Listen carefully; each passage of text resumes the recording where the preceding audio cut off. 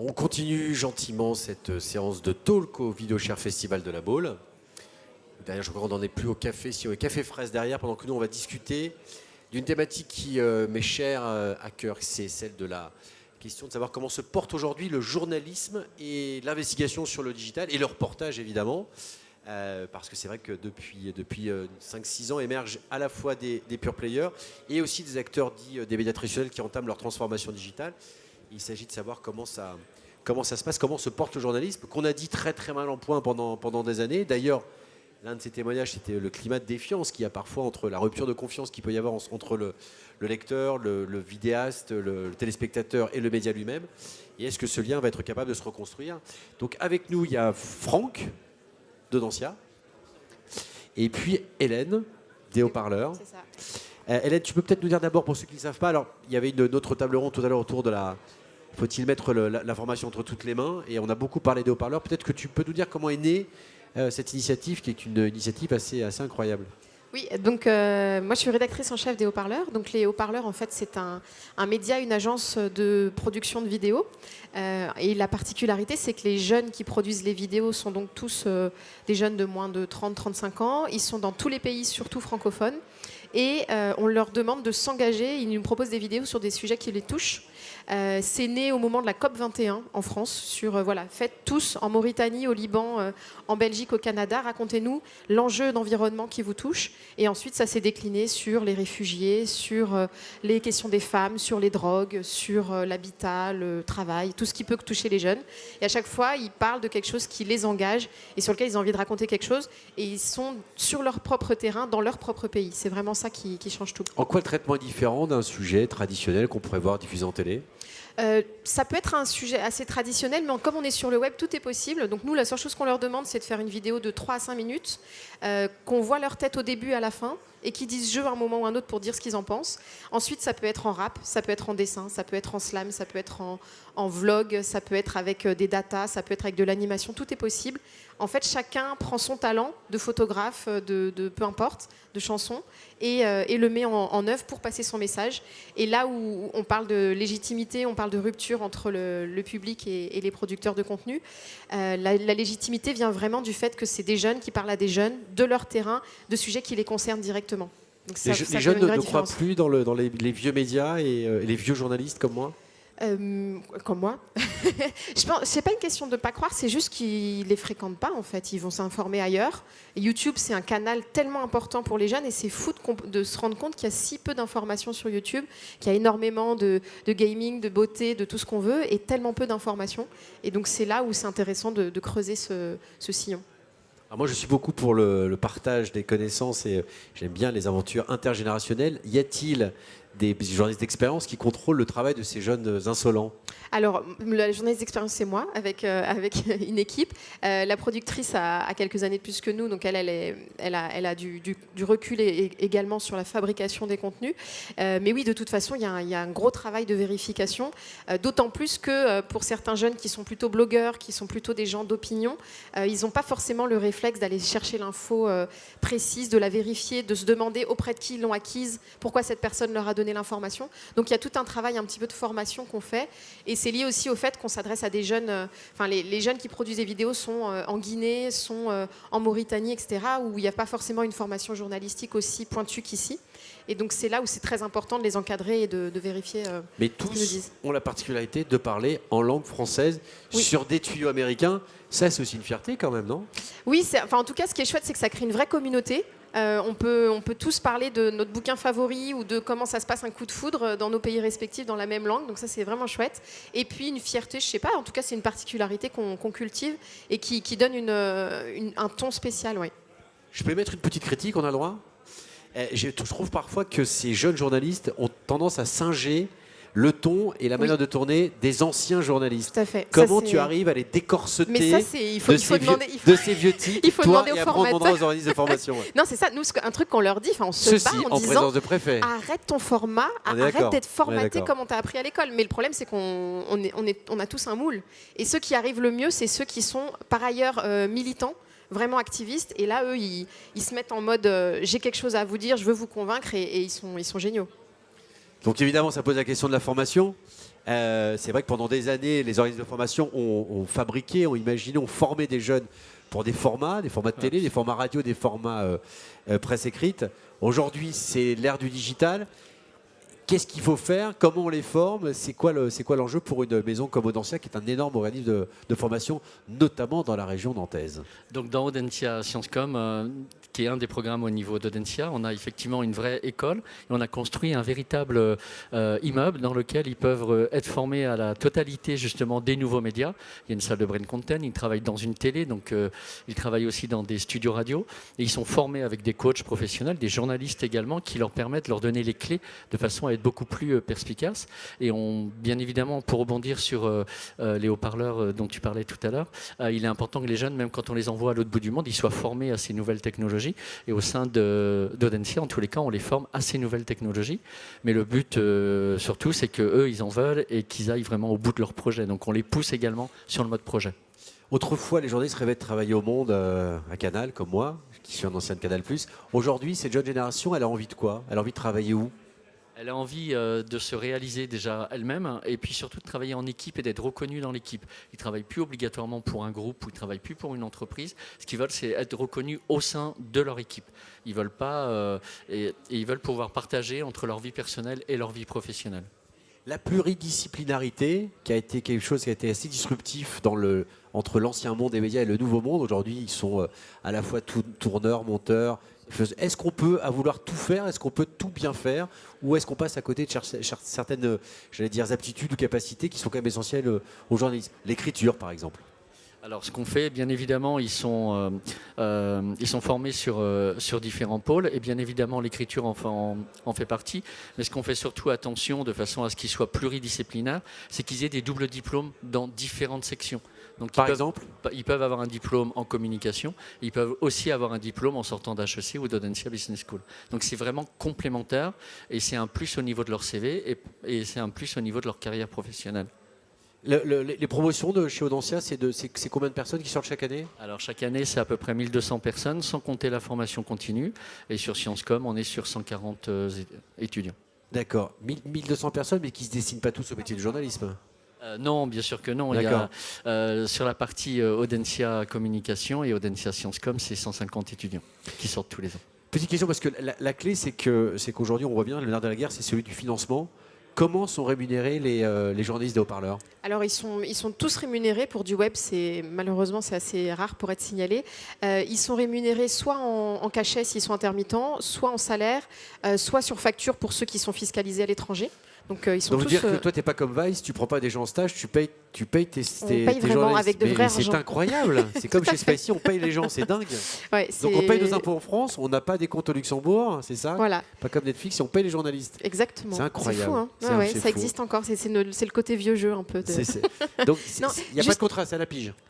Non, oui, c'est ça, c'est totalement ponctuel. C'est à la pige ou en cachet si les jeunes sont intermittents français. Et s'ils sont étrangers, c'est sur facture, parce qu'on ne peut pas les salarier à distance. Donc c'est souvent des journalistes qui travaillent pour d'autres médias par ailleurs, ou ils travaillent exclusivement pour le haut-parleur? Non, bien sûr que non. Nous, on n'est pas assez gros, on ne produit pas assez. On diffuse 2 vidéos par semaine, donc c'est pas du tout suffisant. On a un réseau de plus de 80 journalistes, donc c'est vraiment très ponctuel. Il y en a qui sont plus assidus que d'autres, on va dire, qu'on sollicite plus aussi parce qu'on aime bien ce qu'ils font. Mais pour revenir sur la question des compétences. Moi, je suis de la génération qui a commencé à bosser quand il y avait un preneur de son, quelqu'un qui faisait de l'image, quelqu'un qui posait des questions, quelqu'un qui faisait même la lumière. Donc on partait à 4 ou 5. Et maintenant, les jeunes, effectivement, partent tout seuls sur le terrain. Je ne suis pas complètement d'accord. Et en tout cas, moi, la façon dont ça a évolué dans la petite carrière que j'ai, et on se retrouve à devoir tout faire. Je pense pas qu'on fasse tout bien. Et la dernière nouveauté, c'est que maintenant, pour ceux qui veulent aller sur le terrain, il faut aussi savoir conduire un drone, pouvoir faire des images aériennes. Donc il y a, je pense, une folie comme ça du couteau suisse qui fait que soit on fait un burn-out à la fin, soit on fait tout un peu mal. Et je pense pas que ce soit bon pour la qualité.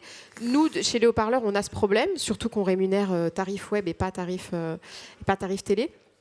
Mais donc ce qu'on fait, c'est que soit la personne est très bonne en images et nous on donne une petite béquille sur l'aspect recherche d'infos, soit ils sont très calés sur la recherche d'infos, mais en images ils pêchent un peu, donc on peut rallonger un petit peu le budget pour qu'ils prennent quelqu'un éventuellement pour tourner avec eux. Enfin, on bidouille un peu comme ça parce que c'est sûr que le budget est vraiment limitant.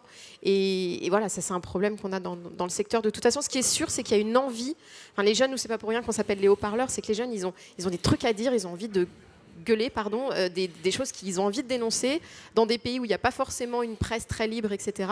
Donc il y a un besoin et vraiment la vidéo et le reportage sont des canaux qui leur semblent très légitimes et l'audience montre que ça les intéresse également. Est-ce que donc vous avez la chance aussi d'avoir un relais, une espèce de caisse de résonance qui est TV5 Monde, cette complémentarité entre les acteurs du digital pure player, un peu chien fou de la production, et les acteurs un peu plus institutionnels, c'est peut-être la chance finalement de... Ah oui, c'est essentiel. Enfin, nous, TV5 apporte un tiers du budget, donc c'est gigantesque. Et puis ça donne une légitimité, ça veut dire que quand on va voir d'autres partenaires plus ponctuels pour faire des choses plus thématiques, ben voilà, on a derrière nous une grande maison qui pose les choses. Donc ça, c'est essentiel. Et puis ça nous permet aussi d'avoir des relais à l'antenne, d'être présents sur leur magazine, etc. Donc c'est central. J'ai fait quelques interventions à Sciences Po dans d'autres écoles, j'ai vu des étudiants terrifiés avec d'autres intervenants qui leur disaient mais ça va être horrible ce qui vous attend. Alors je sais que Plenel était passé avant moi, c'est horrible, les médias sont à la solde d'eux, il n'y a plus d'argent, ainsi de suite, ainsi de suite. Et moi je leur disais à contrario, j'adorais avoir 25 balles aujourd'hui parce que avec finalement un 5D, un ordinateur, 4 réseaux sociaux, je peux quasiment créer mon propre média. C'est le genre de discours que vous leur tenez à vos jeunes étudiants? Complètement. Le premier discours qu'on leur donne déjà, c'est qu'Audencia n'est plus une école, c'est un média. Donc on a une caisse de résonance grâce à tous les étudiants. Tout à fait. On a 7000 étudiants, c'est 7000 ambassadeurs. C'est à travers le monde, puisqu'on a plus de 1800 étudiants internationaux. Donc oui, c'est le discours qu'on leur tient et on les forme par rapport à ça. Enfin, c'est qu'ils connaissent tout et qu'ils soient aussi relais et médias d'eux-mêmes en tous les cas. J'ai bien que vous avez un peu cartographié ou suivi le parcours des derniers lauréats. C'est quoi les grosses tendances? Ils vont vers quel type de médias vous seriez capable de le dire? Alors, ils vont beaucoup au sein de Nantes et au sein de l'île de Nantes. Il y a beaucoup de pure players qui sont installés. Il y a beaucoup de start-up. Le cœur de ville à Nantes bouge beaucoup là-dessus. Et en fait, soit ils intègrent une de ces start-up, soit ils créent leur propre start-up, puisqu'au sein de l'école, on a créé bien évidemment un incubateur. Donc on les accompagne également dans leurs projets. On sait que la question de vous produisez 2 vidéos par jour. On en diffuse 2 par semaine. 2 par semaine. Je sais qu'un brut en produit entre 15 et 30 par jour, qu'un Mashable en produisait quasiment 80 par jour, qu'un BuzzFeed Monde en produit plus de 600 par jour. Et comment vous allez réussir, vous, à lutter face à cette espèce de rouleau compresseur ricain sur des tuyaux en plus qu'ils maîtrisent? Je pense que l'idée, c'est pas de lutter, c'est juste de faire quelque chose de différent. C'est-à-dire que nous, on prend pas un fait d'actu pour bombarder sur les chiffres, le scoop, etc. C'est pas du tout notre métier, en fait. Donc nous, on prend du temps. Par exemple, l'avortement en Irlande. Il y a eu un référendum le week-end dernier. On aurait pu envoyer quelqu'un qui fasse quelque chose de très rapide, etc. Non, Tao est allé parce qu'il habite en Écosse. Il a pris l'avion tranquille, il est allé tranquille, il a discuté avec les gens, avec les nanas, qu'est-ce que ça change pour toi, pourquoi c'est important. Il a pris son temps, il a filmé des gens qui pleuraient, il a filmé des gens qui faisaient de la musique, il a filmé, voilà.